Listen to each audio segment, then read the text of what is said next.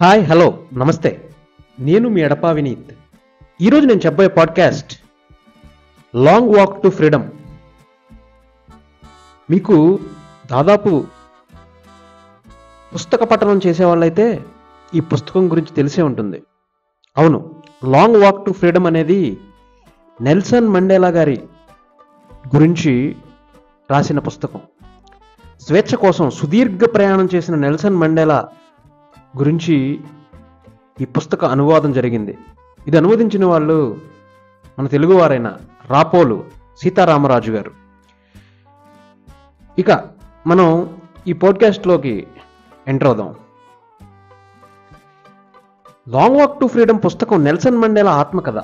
రాపోలు సీతారామరాజు గారు ఈ పుస్తకాన్ని అనువాదం చేస్తే దక్షిణాఫ్రికా తెలుగు సాహిత్య వేదిక పుస్తకంగా ప్రచురించింది. డిసెంబర్ 2024లో జరిగిన హైదరాబాద్ బుక్ ఫేర్లో పాలపిట్ట బుక్ షాప్లో ఈ బుక్ చాలా వరకు కొన్నారు అనేక మంది. 340 పేజీల పుస్తకాన్ని ఒక 5 రోజులుగా చదివినా కూడా మనకి ఇంకా చదవాలనిపించేలా ఉంటుంది. నెల్సన్ మండేలా గారి గురించి ఒక గొప్ప పోరాట యోధుడి జీవితాన్ని ఆయన ద్వారానే తెలుసుకుంటాం మనం.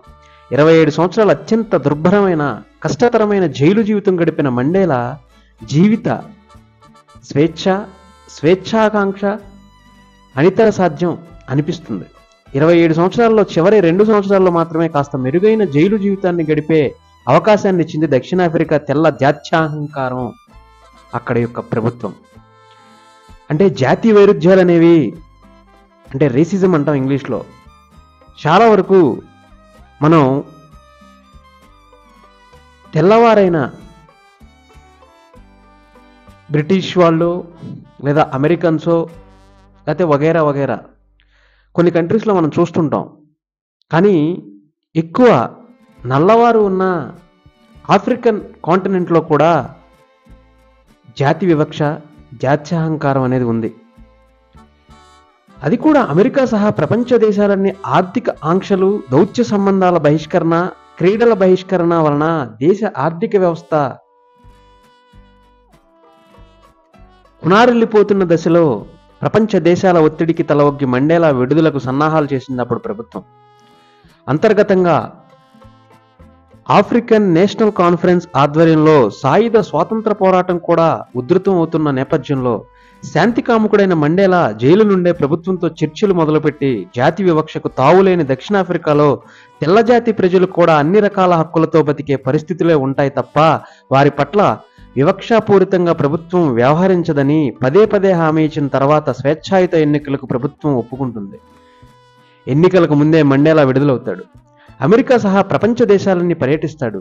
ప్రపంచ దేశాల్లో ప్రజలు నీరాజనం పడతారు. న్యూయార్క్లో 10 లక్షల మందితో జరిగిన ఊరేగింపు అపూర్వమై ఉంటుంది. ఆర్థిక ఆంక్షలు తొలగించరాదని ఆయా దేశాలను కోరతాడు మండేలా. ప్రభుత్వం స్వేచ్ఛాయుత ఎన్నికలు నిర్వహించి మెజారిటీ పొందిన పార్టీ ప్రభుత్వాన్ని ఏర్పాటు చేసిన తర్వాతనే ఆంక్షలు తొలగించాలని కోరుతాడు. ఎన్నికల్లో ఆఫ్రికన్ నేషనల్ కాంగ్రెస్ 62% ఓట్లను గెలుచుకొని కూడా అన్ని పార్టీలతో కూడిన జాతీయ ప్రభుత్వాన్ని ఏర్పాటు చేస్తాడు మండేలా. 77 ఏళ్ల ముదిమి వయసులో దక్షిణాఫ్రికా అధ్యక్షుడిగా 5 ఏళ్లు పదవీ బాధ్యతలు నిర్వహించాడు. దేశానికి కొత్త రాజ్యాంగాన్ని రచించడానికి నాయకత్వం వహించాడు. భారతదేశానికి అంబేద్కర్ ఎలాగో ఆఫ్రికన్స్కి నల్లజాతి సూర్యుడైన మండేలా అలాగా నల్లజాతి ప్రజలకు మెరుగైన విద్యా వైద్యం అందించడానికి కృషి చేశాడు ఆ మహానుభావుడు. పేద ప్రజలకు లక్షల సంఖ్యలో ఇళ్లు కట్టించాడు.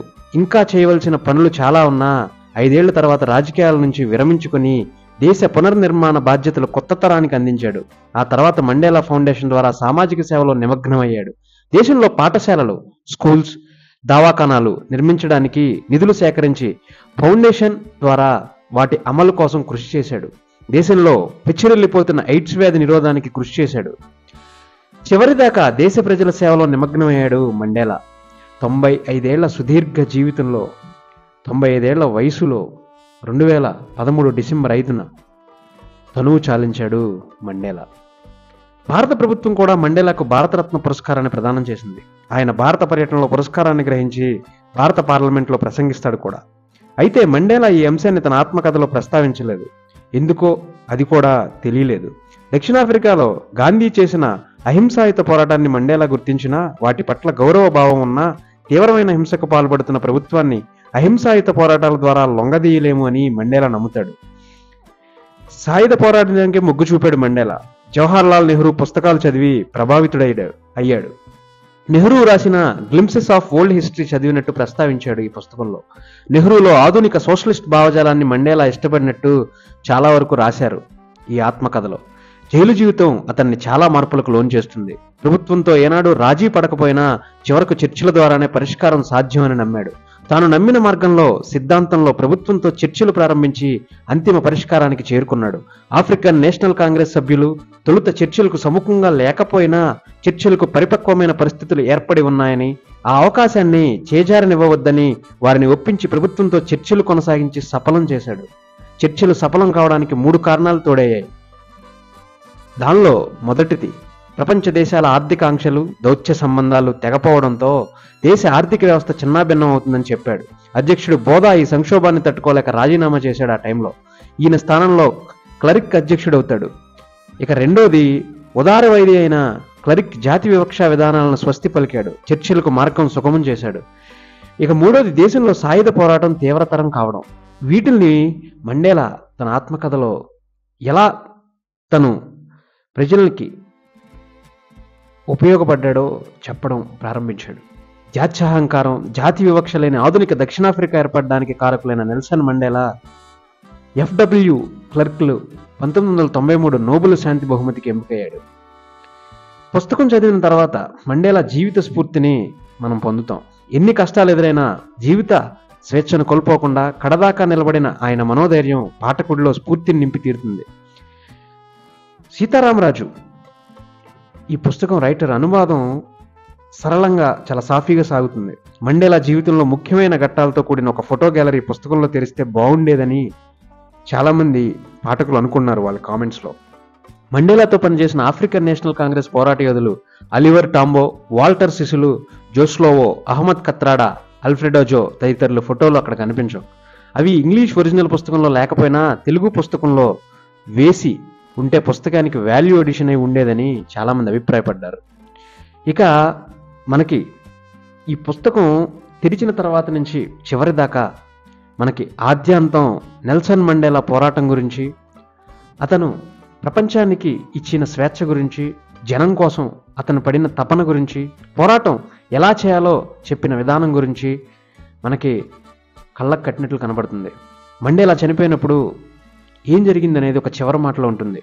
తెలంగాణ ఉద్యమం చివరి దశలో ఉన్నది. తెలంగాణ విద్యావంతుల వేదిక తరపున 2 సంస్కరణ సభలు నిర్వహించారు. ఒకటి బషీర్బాగ్ ప్లస్ క్లబ్లో, రెండవది సికింద్రాబాద్ అడ్డగట్టలో. ఆ సభల్లో మండేలా పోరాట జీవితాన్ని స్మరించుకుంటారు.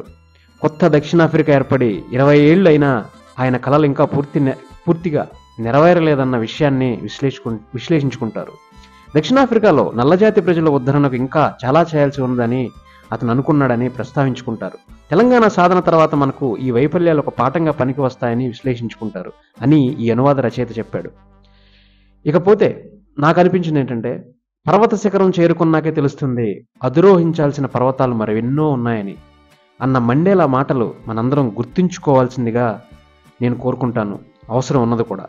ఎందుకంటే మనం చాలామంది మేధావులు, గొప్ప శాస్త్రవేత్తలు, తత్వవేత్తలు, పొలిటికల్ లీడర్స్, గొప్ప సామాజికవేత్తలు, ప్రజల గురించి ఆలోచించే వాళ్ళని మనం రోజు తలుచుకోపోయినా, అప్పుడప్పుడు గుర్తు తెచ్చుకోపోయినా, వాళ్ళ సంస్కరణలకి అంటే జయంతులకి వర్ధంతులకి గుర్తు తెచ్చుకున్నా, కనీసం వారి పుస్తకాల్లో వారు రాసిన మాటలో వారి గురించి ఉన్న ఆటోబయోగ్రఫీసో చదివితే ఎంతో కొంత తర్వాత తరానికి మనం చెప్పే విధంగా, చెప్పాల్సిన విధంగా ఈ పుస్తకాలు మనకు నేర్పుతాయి అనడంలో అతిశయోక్తి లేదు.